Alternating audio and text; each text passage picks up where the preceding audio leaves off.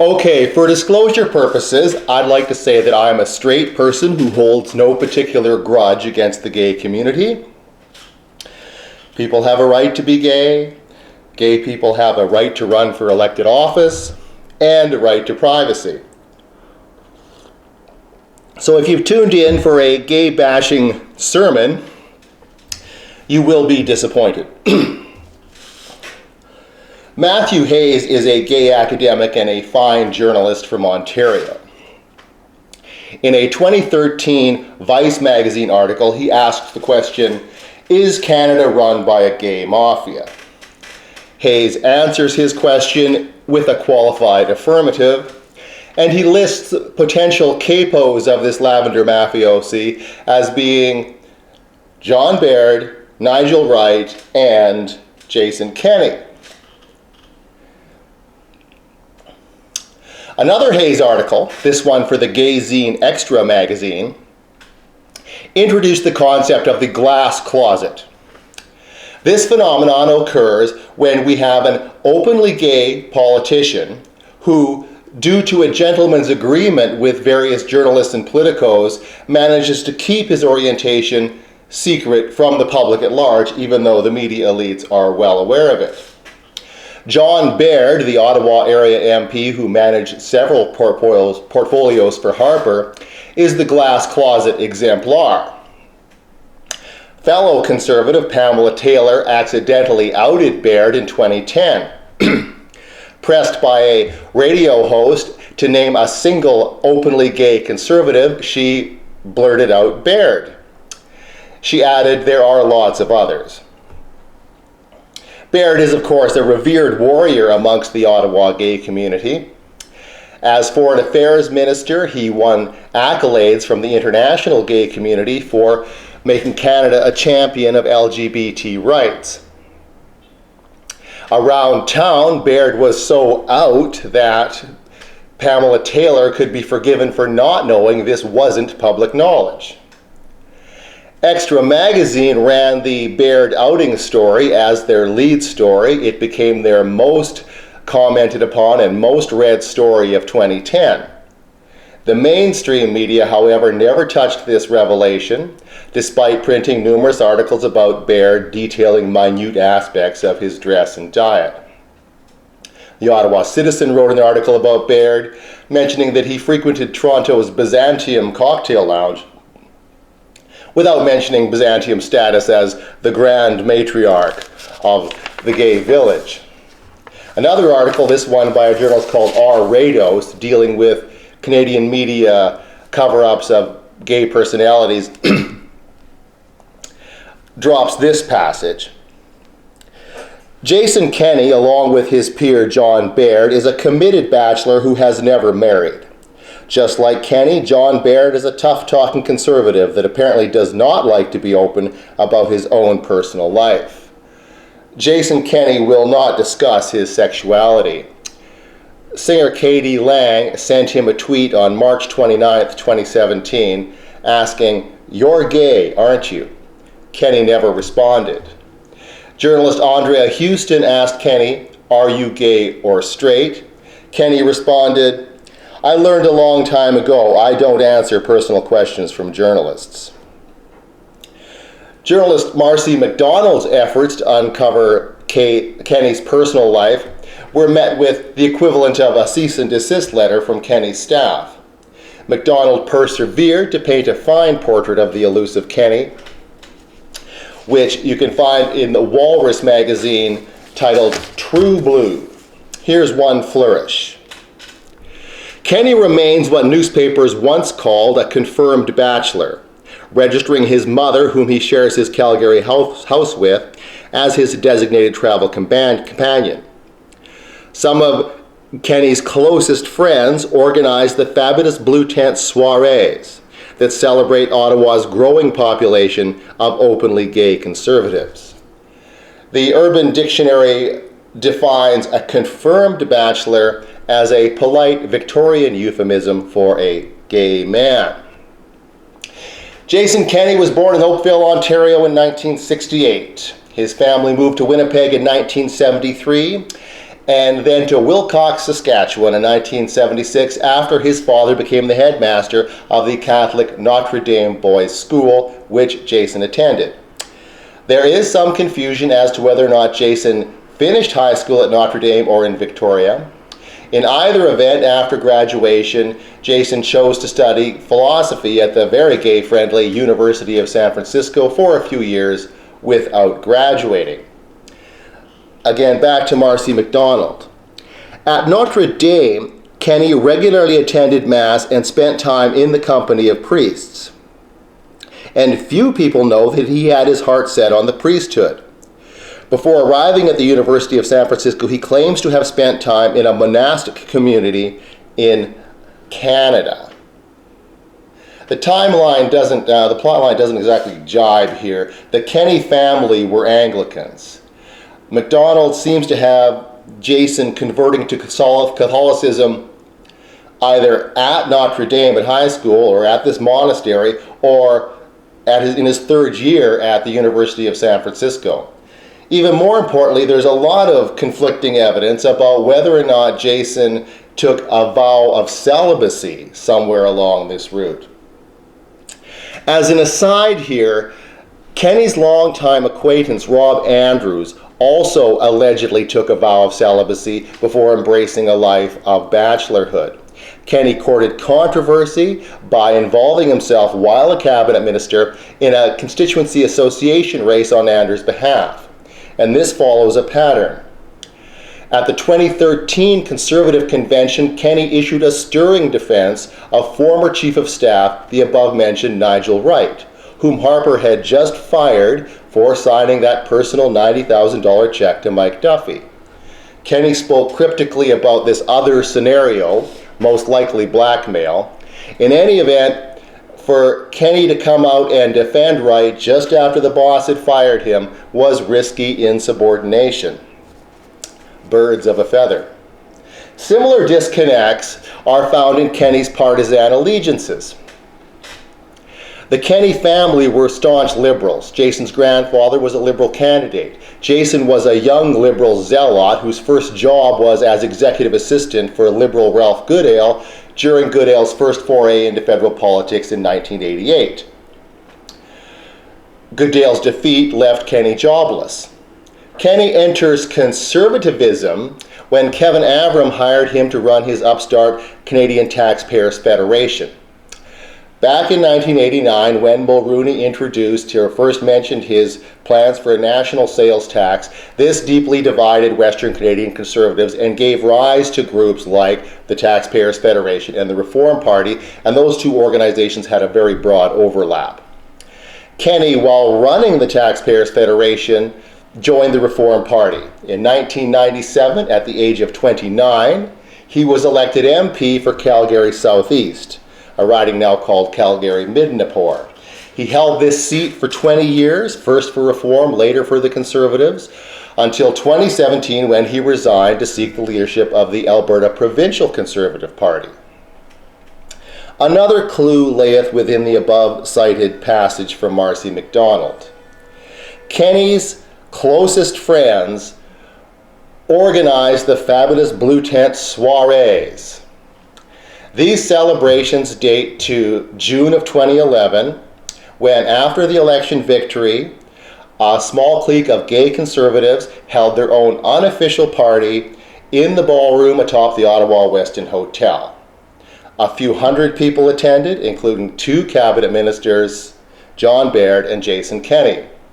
Kenney even tweeted a photo from the party captioned, "Great view of Parliament Hill from atop the Ottawa Westin at the fabulous Blue Tent Party." The 2013 Fabulous Blue Tent Party attracted several hundred of what the Globe and Mail referred to as gay conservatives. The 2016 Fabulous Blue Tent Party graced Vancouver's Bentall One Tower during the National Conservative Convention. There are three co-organizers of the Fabulous Blue Tent Parties, closest friends of Jason Kenney, and they are Fred Litwin, Roy Eapen, and Jamie Allerton. Fred Litwin was for decades one of the most visible Toronto area gay rights and pro-abortion activists. Fred Litwin was protesting police raids on bathhouses in 1981. Excuse me. He attended the second gay pride parade in Toronto in 1982. In 2006, he set up a website called Gay and Right, and he joined the Conservative Party. To Fred's surprise, I quote, he found lots and lots of gay people within the conservative movement. Litwin chronicles his sojourn in a 2015 book titled Conservative Confidential, Inside the Fabulous Blue Tent. Many people credit Litwin with masterminding the Conservatives' changed position on same-sex marriage. At the 2016 convention, the convention which Litwin attended and others, the delegates voted 2-1 to strike down the one-man, one-woman definition of marriage from the policy book. 9 caucus members spoke in favor of the change, Jason Kenney being the most prominent among them, and he thereby abruptly discarded a lifelong opposition to same-sex marriage. Despite this triumph at the convention, the journalists found Delegate Litwin despondent. He had been rattled by the 2015 election loss, and he was disappointed with the lightweight candidates that were running for the federal leadership party, and he was openly telling journalists that he was planning to quit the party. However, he was quick to add that if Jason Kenney is the new leader, I'm in. The second Fabulous Blue Tent co-organizer and closest friend of Jason Kenney is Dr. Roy Eapen.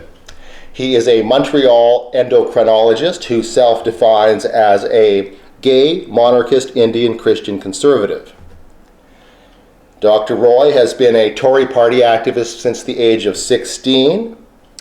According to him, it's a funny little secret that Tory parties all over the world are full of gay people.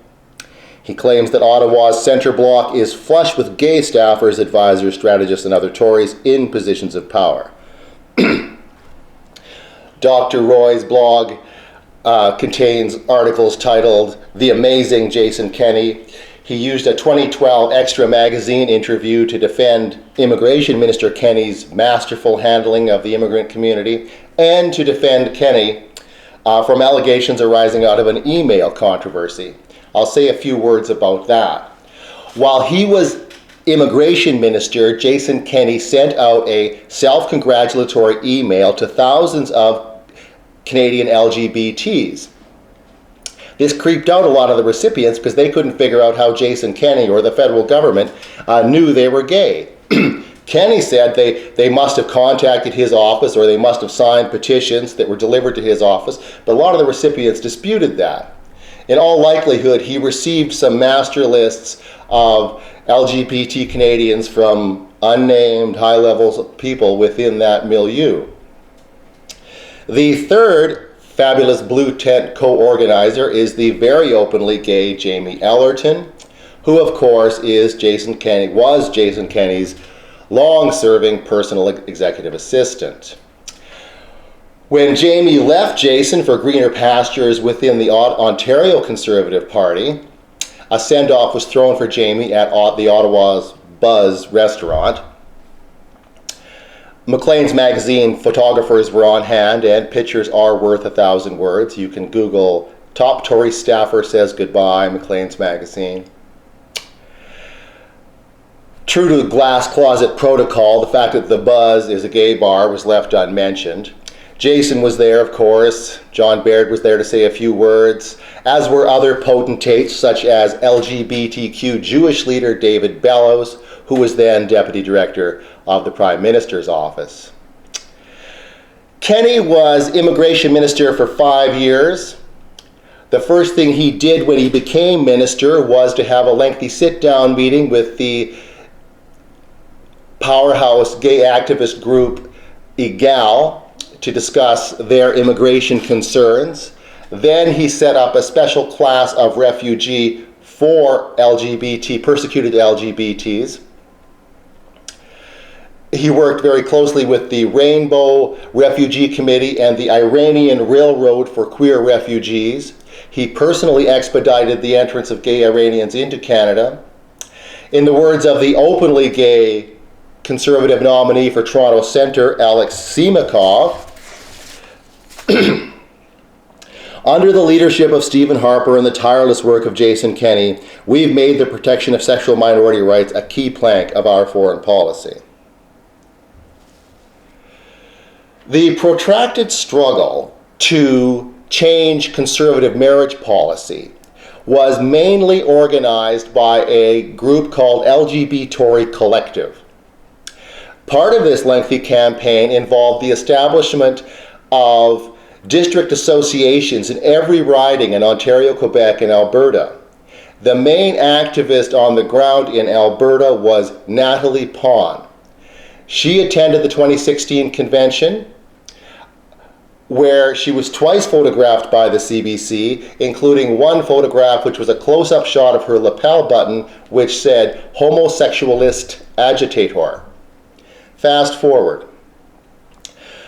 When the Alberta Wild Rose and provincial Conservative parties merged to form the United Conservative Party, they did so pursuant to an agreement allowing the leaders of the legacy parties each to select 6 interim directors to oversee the new leadership race.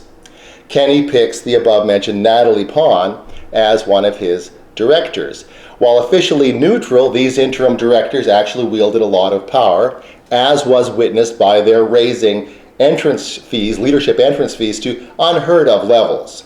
That decision definitely knocked out a couple of candidates, but it visited no harm upon Jason Kenney, who seems to have unlimited access to cash. During the Alberta provincial leadership campaign in 2017, Jason spent 7 times more than all of the other candidates combined.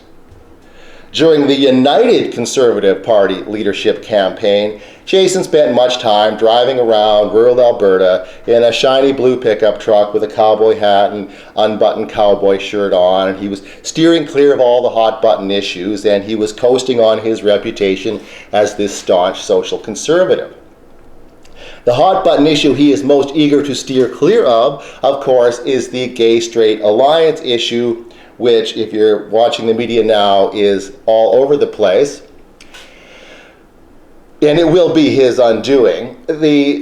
Kenney basically supports the NDP position that gay-straight alliance clubs should be set up at every Alberta high school upon student request.